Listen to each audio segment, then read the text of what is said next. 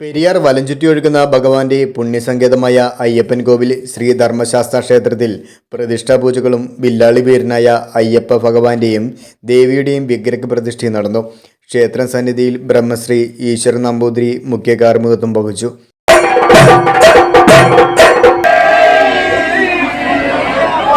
ധർമ്മശാസ്താവിൻ്റെ പഞ്ചലോക വിഗ്രഹവും ഗണപതി, ഭദ്രകാളി, വനദുർഗ, യോഗീശ്വര പ്രതിഷ്ഠയും നടന്നു.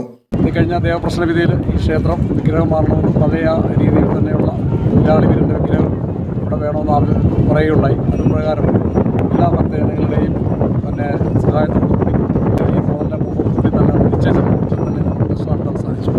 ബ്രഹ്മകലാഭിഷേകം, അങ്കൂരപൂജ, പ്രതിഷ്ഠാബലി, പ്രസാദ വിതരണത്തിന് ശേഷം അന്നദാനവും നടന്നു. ജില്ലയ്ക്ക് അകത്തുനിന്നും പുറത്തുനിന്നുമായി ആയിരക്കണക്കിന് ഭക്തജനങ്ങൾ ഒഴുകിയെത്തി. വൈകുന്നേരം ദീപാരാധനയും നടന്നു. 7ാം ദിവസമായ ഫെബ്രുവരി 26-ന് മഹാശിവരാത്രി തിരുവുത്സവവും നടക്കും.